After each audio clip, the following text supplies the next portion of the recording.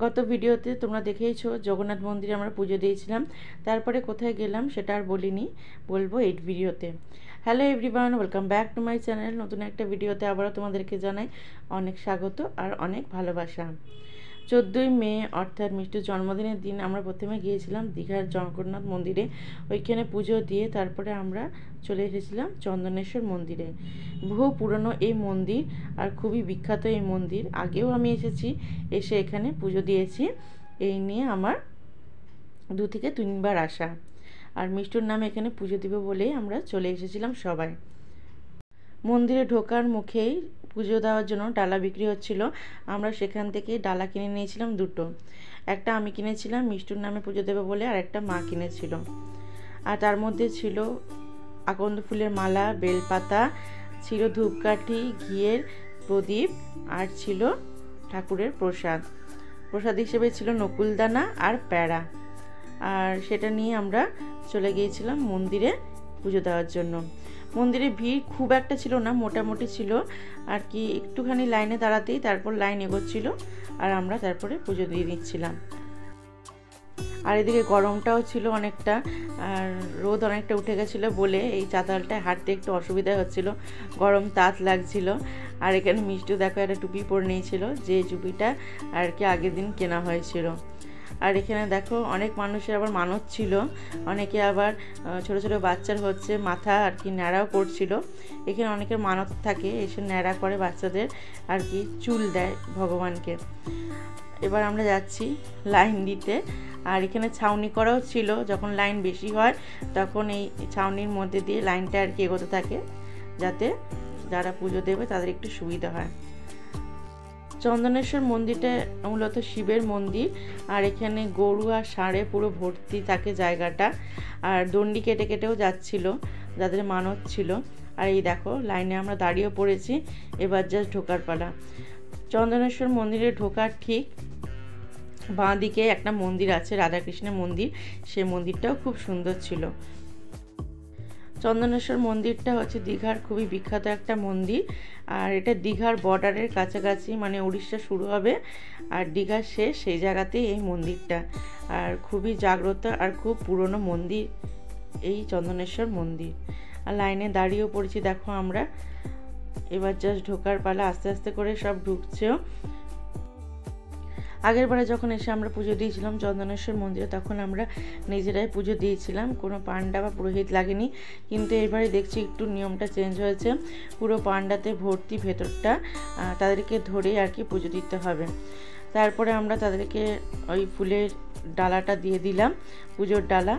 আর তারা আর কি কোনো রকম একটু ছুঁয়ে দিল ঠাকুরকে, আর তার মধ্যে একটু পুজোর ফুলও দিয়ে দিল। ব্যাস, তাতেই শান্তি মন। আর নাম গোত্রটা বলে দিলাম, কি নাম আর গোত্র, আর তাতেই পুজো হয়ে গেল। আর ভিড় ছিল মোটামুটি, খুব একটা নয়।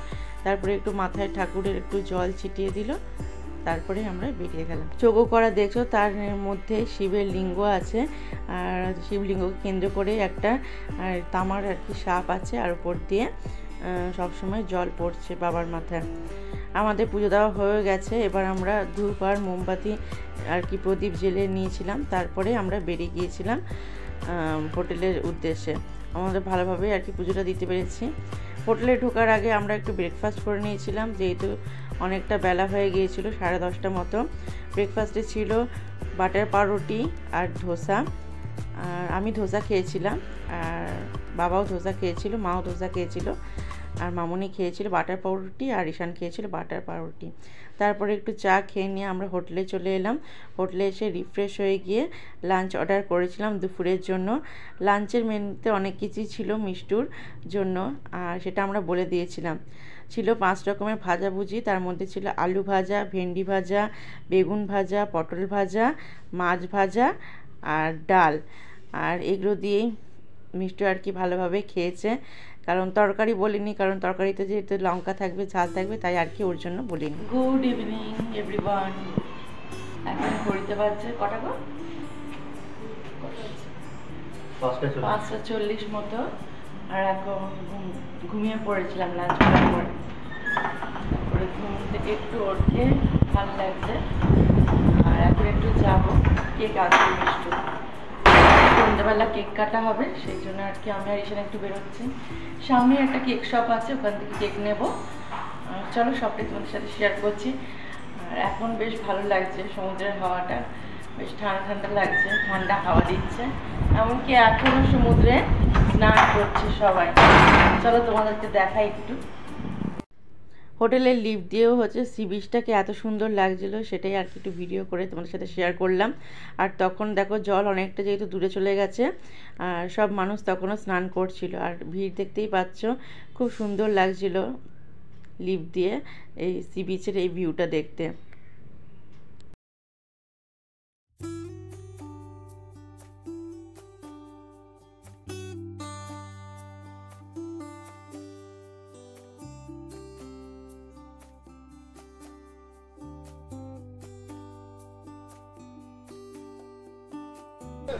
না মারা আছে সব।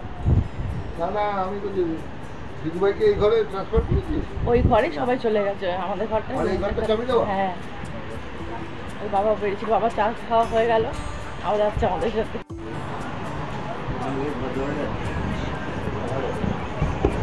একটু চা খেয়ে আসলি? চা খেয়ে আমরা এই আইসক্রিম খেলাম। ও, দুজনে আইসক্রিম খাওয়া হয়ে গেছে? সবাই খেয়ে নিয়েছি, মিষ্টি বাদে। হ্যাঁ, আর এখানে সব পাপড়ি চাট, ভেলপুরি সব বসে গেছে, দোকানপাটও সব খুলে গেছে, আর অর্ধেক এখনো খোলেনি, খুলছে।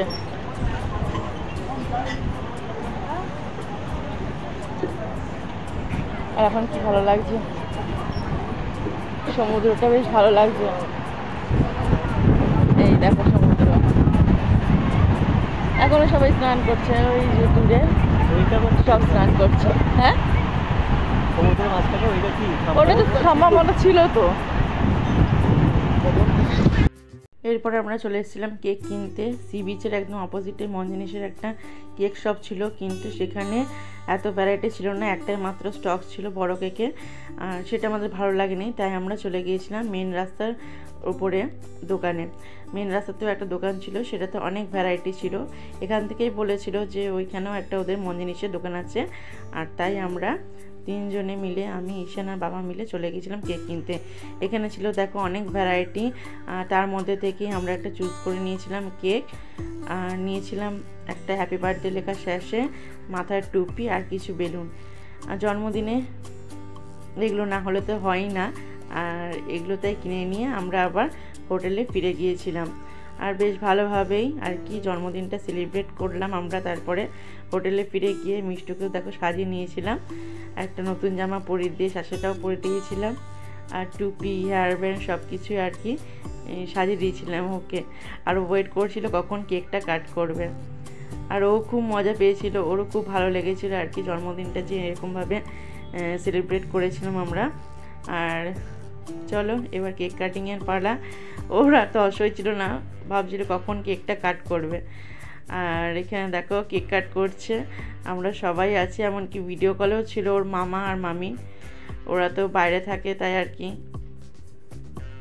ভিডিও কলের মাধ্যমে যোগদান করেছিল। এরপরে আমরা চলে গিয়েছিলাম জগন্নাথ মন্দিরে। আবার যেই তো সন্ধ্যাবেলার ভিউটা আমাদের দেখতে খুব ইচ্ছা করছিল, যে লাইটিং দিয়ে কীরকম লাগে দেখতে, আর তাই আমরা চলে গিয়েছিলাম। মামনি যায়নি, মামনি হোটেলেই ছিল, আমরা পাঁচজনে মিলে গিয়েছিলাম, বাবা, মা, আমি, ঈশা আর মিষ্টু। আর দেখো সন্ধ্যাবেলায় কি সুন্দর লাগছে জগন্নাথ মন্দিরটা, অসাধারণ লাগছিল। আর দেখো লাইট দিয়ে সাজানোর পর আরও সুন্দর লাগছে, মানে এই সৌন্দর্য আরও বেশি বৃদ্ধি পাচ্ছে সন্ধ্যাবেলাতে। শুধুমাত্র এই দৃশ্য দেখার জন্য লোকেরা সন্ধ্যেবেলায় বেশি ভিড় করেছিল সকালের তুলনায়। আর চারপাশটা এতটাই ভালো লাগছিল যে কি বলবো, নিজের চোখে না দেখলে কখনোই বিশ্বাস করা যায় না। পারলে তোমরা একবার এসে ঘুরে যেও এই জগন্নাথ মন্দির, আর সন্ধ্যেবেলায় তো অবশ্যই এসো, সন্ধ্যেবেলায় আলাদা ভালো লাগা তৈরি হবে এই মন্দিরের প্রতি। সকালের থেকেও সন্ধ্যেবেলায় এই মন্দিরের দৃশ্য অপূর্ব, আর হাওয়া দিচ্ছিল বলে আরও বেশি ভালো লাগছিল। গরম একদমই ছিল না, ভাবছিলাম গরম হবে হয়তো, কিন্তু না। আর মিষ্টি তো খুব এনজয় করেছে, ওর খুবই ভালো লেগেছে।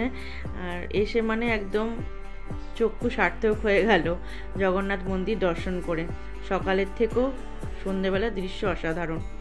আর এর পাশেই যে ফোয়ারা আছে সেখানকার জায়গাটাও খুব সুন্দর লাগছিল, চারিদিকে লাইটগুলো জ্বেলে দেওয়াতে মানে একটা আলাদাই আর কি পরিবেশ তৈরি হয়ে গিয়েছিল। মনে হচ্ছিল যে কোথায় চলে এসেছি। সকালবেলায় এর আলাদা দৃশ্য দেখেছি, সন্ধেবেলায় এর আলাদা দৃশ্য, খুব ভালো লাগবে। আর মন্দিরের সামনে থেকেই টোটো পাওয়া যাচ্ছিল, আর কারোর হোটেলে ফিরতেও অসুবিধা হবে না। এরপর মিষ্টি সি বিচে এসে এই গাড়িগুলোতে চড়ে নিচ্ছিল। এগুলো এখন সি বিচে আর কি পাওয়া যায়। বাচ্চারা সবাই চড়ছিল আর কি, ও চড়ছিল, আর ও তো চড়বেই বিশেষ করে, কারণ জন্মদিন বলে কথা। মানে মিষ্টির জন্মদিনটা বেশ ভালোই কাটলো দীঘাতে, আর ও তো খুব এনজয় করেছে। আর চলো ভিডিওটাকে এখানেই রাখছি, দেখা হচ্ছে অন্য একটা ভিডিওতে। ততক্ষণ তোমরা ভালো থেকো, সুস্থ থেকো। ও ডিনার কি করলাম সেটাই তো বলিনি। সেদিন ডিনারে আমাদের ছিল রুমালি রুটি, চিলি চিকেন, আর মিষ্টু খেয়েছিল ভাত, ডাল, ঝুরি আলু ভাজা আর মাছ ভাজা।